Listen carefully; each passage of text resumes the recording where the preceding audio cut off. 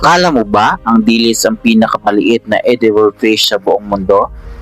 Mali, dahil ang totoong sagot ay isang isdang dito lang sa Pilipinas matatagpuan. Ito ang sinarapan o Mystectes luzonensis. Ito ang kinikilalang pinakamaliit na commercial o edible fish sa buong mundo. Alam mo bang ang haba nito ay nasa 1.25 hanggang 2.5 cm lang? Halos kasilaki lang ito ng kuko mo. Pero kahit napakaliit, isa itong napakalagang bahagi ng biodiversity ng Pilipinas. Mas nakakabilib pa rito, ang sinarapan ay endemic sa Pilipinas. Ibig sabihin, dito lang ito natural na matagpuan sa buong mundo. Matagpuan ito sa Lake Buhi at Lake Bato sa Camarines Sur, pati na rin sa ilang freshwater lakes sa Bicol region. Kaya sa susunod na may magtanong sa iyo kung anong pinakamaliit na edible fish sa buong mundo, sabihin mo, sinarapan, isang munting isda na ipinagmamalaki ng Pilipinas. Follow ako para sa mas marami pang amazing facts tungkol sa fisheries, marine life at biodiversity.